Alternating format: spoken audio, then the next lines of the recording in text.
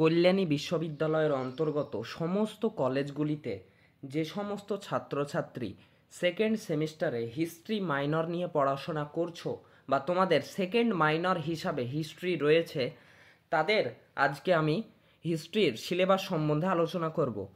তো তোমরা সিলেবাসটা সম্পূর্ণ দেখো। তোমাদের ইংলিশের সিলেবাস রয়েছে, আমি বাংলাতে তোমাদের বুঝিয়ে দেব এবং তোমাদের কবে আমি সাজেশন দেব, তোমরা নোটস কবে পাবে ইত্যাদি সমস্ত কিছু সম্বন্ধে আলোচনা করব। তাই তোমরা চ্যানেলটিকে সাবস্ক্রাইব করে রেখে তোমরা পাশে থেকো এবং ভিডিওটি দেখো সম্পূর্ণ। তো তোমাদের সিলেবাসে রয়েছে history of India from the earliest Times too early মেডিয়েভাল period, অর্থাৎ ভারতের ইতিহাস সম্বন্ধে আলোচনা করা হয়েছে। ভারতের কোন ইতিহাস? ভারতের প্রাচীন যুগের ইতিহাস থেকে মধ্যযুগের আগের ইতিহাস পর্যন্ত তোমাদের পড়তে হবে, এটা তোমাদের সিলেবাসে রয়েছে। তো তোমাদের এবার তোমাদের আমি সিলেবাসটা সম্বন্ধে ভালো করে বুঝিয়ে দিচ্ছি।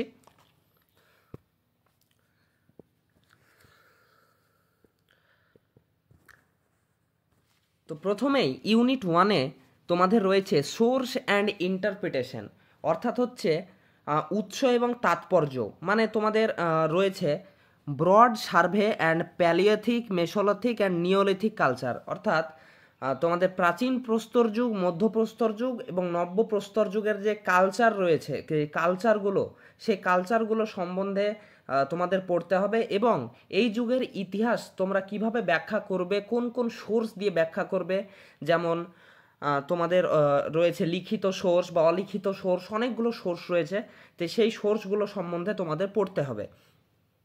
এরপর তোমাদের তারপর পড়তে হবে তোমাদের প্যালিওথিক, অর্থাৎ প্রাচীন প্রস্তর যুগের তোমাদের যেই রয়েছে সমাজ ব্যবস্থা ছিল কেমন, মানুষের খাদ্য অভ্যাস ছিল কেমন, তারপর সেই যুগের মানে বাজার ব্যবস্থা ছিল কেমন ইত্যাদি সম্বন্ধে তোমাদের আলোচনা করতে হবে। একইভাবে মেসিওলিথিক অর্থাৎ মধ্যপ্রস্তর যুগ এবং নিওলিথিক অর্থাৎ নব্যপ্রস্তর যুগ, তো এইটা সম্বন্ধে তোমাদের পড়তে হবে। এরপর তোমাদের রয়েছে দ্য হরপ্পান সিভিলাইজেশন, মানে হরপ্পা সভ্যতা সম্বন্ধে তোমাদের ডিটেলসে পড়তে হবে। হরপ্পা সভ্যতার উত্থান কিভাবে হয়েছে, পতন কিভাবে হয়েছিল, হরপ্পা সভ্যতার নগর গ্রামীণ ব্যবস্থা সমস্ত কিছু সম্বন্ধে তোমাদের আলোচনা করতে হবে। তো এটা তোমাদের রয়েছে, হরপ্পা সভ্যতা তোমাদের পড়তে হবে। এরপর হচ্ছে তোমাদের journey from the Vedic state to the 16 মহাজানাপাদাস, অর্থাৎ এরপর শুরু হচ্ছে তোমাদের বৈদিক সভ্যতা।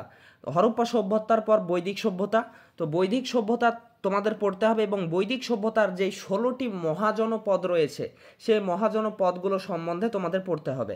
এরপর হচ্ছে from the age of the Vedas to the age of the Jainism and Buddhism, অর্থাৎ বৈদিক যুগ থেকে শুরু করে তোমাদের জৈন জৈন জৈন সংস্কৃতি এবং বুদ্ধ সংস্কৃতি, এই দুটো সম্বন্ধে তোমাদের পড়তে হবে। জৈনিজম এবং বুদ্ধিজমের যেই তোমাদের ফিলোসফি রয়েছে, অর্থাৎ দর্শন রয়েছে, ধর্মগুলো কেমন ছিল, কোন কোন মেন বিষয়ের উপর সেই ধর্মগুলো বেড়ে উঠেছে, কিভাবে মানুষ ধর্ম গ্রহণ করেছে ইত্যাদি সমস্ত সম্বন্ধে তোমাদের পড়তে হবে। এরপর হচ্ছে তোমাদের ইউনিট 2-তে রয়েছে দ্য মৌর্য রুল ইন মাগাধা, অর্থাৎ মৌর্য সাম্রাজ্য সম্বন্ধে পড়তে হবে, অর্থাৎ মৌর্য সাম্রাজ্যের উত্থান পড়তে হবে। এবং মগধ সম্বন্ধে তোমাদের মগধ মানে 16টা মহাজনপদের মধ্যে মগধ হচ্ছে সব থেকে বড় একটা জনপদ, তাই মগধ সম্বন্ধে তোমাদের বিস্তৃতভাবে পড়তে হবে। এরপর হচ্ছে মৌর্য সাম্রাজ্য হলো। এবার হচ্ছে তোমাদের অশোকের ধম্ম অ্যান্ড অ্যাডমিনিস্ট্রেশন, মানে হচ্ছে অশোকের ধম্ম পড়তে হবে, অশোকের যেই ধম্ম ব্যবস্থা ছিল এবং শাসন ব্যবস্থা, অশোকের ধম্ম এবং শাসন ব্যবস্থা, অশোকের ধর্মকে ধম্ম হিসাবেই বলা হয়, তো সেটা তোমাদের পড়তে হবে। যে মূল নীতিগুলো কী ছিল সেগুলো সম্বন্ধে পড়তে হবে অশোকের ধর্মের। এবং অ্যাডমিনিস্ট্রেশন, অর্থাৎ অশোকের যে শাসন ব্যবস্থা ছিল এবং সেই সময়তে তার সাম্রাজ্য কিভাবে বিস্তৃত হয়েছিল ইত্যাদি সম্বন্ধে তোমাদের পড়তে হবে। এরপর হচ্ছে the post Maurya India to Kushanas, মানে পোস্ট মৌর্য হচ্ছে মানে মৌর্য পরবর্তী যুগ, তো মৌর্য পরবর্তী যুগের মধ্যে তোমাদের পড়তে হবে কুষাণ সাম্রাজ্য, তারপর সাতবাহন রাজ্য, তারপর তামিল পাওয়ার্স, মানে হচ্ছে দক্ষিণ ভারতের যেই শক্তিগুলো ছিল তামিল শক্তি, সেই শক্তিগুলো সম্বন্ধে তোমাদের পড়তে হবে। এবং splits in Jainism and Buddhism, অর্থাৎ জৈন ধর্ম এবং বৌদ্ধ ধর্মের তোমাদের যেই বিভাজন হয় সেটা সম্বন্ধে পড়তে হবে। এবং রয়েছে তোমাদের বৈষ্ণবিজম অ্যান্ড শৈভিজম। তো বৈষ্ণবিজম মানে হচ্ছে তোমাদের বৈষ্ণব ধর্ম, এবং শৈভিজম মানে হচ্ছে শিব ধর্ম। তো এই দুটো সম্বন্ধে তোমাদের পড়তে হবে। এরপর হচ্ছে ইউনিট 3-তে তোমাদের হচ্ছে এজ অফ দ্য গুপ্তাজ, মানে হচ্ছে গুপ্ত যুগ তোমাদের পড়তে হবে। গুপ্ত যুগের কনসলিডেশন মানে হচ্ছে তোমাদের একত্রীকরণ। গুপ্ত যুগের একত্রীকরণ কিভাবে হয়েছিল, গুপ্ত যুগ কিভাবে বিস্তৃত হয়েছিল। তারপর পড়তে হবে তোমাদের মগধকে কেন্দ্র করে গুপ্ত যুগের কীভাবে বিস্তৃতি হয়েছিল এটা সম্বন্ধে পড়তে হবে। এবং ডিবেটস অন গোল্ডেন এজ, অর্থাৎ গুপ্ত যুগকে যে স্বর্ণযুগ বলা হয়, অর্থাৎ গুপ্ত যুগকে বিভিন্ন ঐতিহাসিকগণ স্বর্ণযুগ হিসাবে বলেছেন। তো এই কথাটি কতটা সত্য এবং আসলেই কি গুপ্তযুগ স্বর্ণযুগ ছিল, সেটা সম্বন্ধে তোমাদের সমালোচনা সহ আলোচনা করতে হবে এবং পড়তে হবে। এরপর হচ্ছে তোমাদের ব্রাহ্মিনিকিয়াল রিভাইভাল অ্যান্ড গ্রোথ অফ ফিউডিয়ালিজম, অর্থাৎ তোমাদের ব্রাহ্মণ্যতন্ত্র সম্পর্কে পড়তে হবে, এবং ফিউডিয়ালিজম মানে হচ্ছে সামন্ততন্ত্র। তো এই দুটো সম্বন্ধে তোমাদের পড়তে হবে।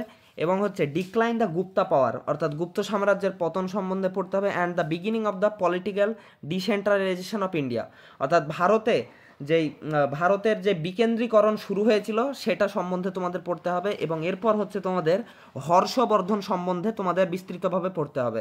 Harshavardhana as the last great emperor of ancient India, অর্থাৎ প্রাচীন ভারতের শেষ সবথেকে শক্তিশালী শাসক হিসাবে হর্ষবর্ধনকে মূল্যায়ন করতে হবে তোমাদের।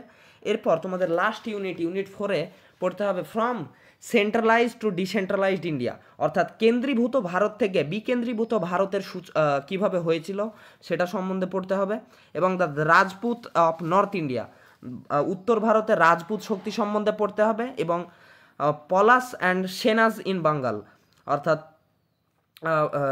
পলাশ মানে হচ্ছে পাল শক্তি, এবং সেন পাল বংশ এবং সেন বংশ, বাংলার পাল বংশ এবং সেন বংশ তোমাদের পড়তে হবে।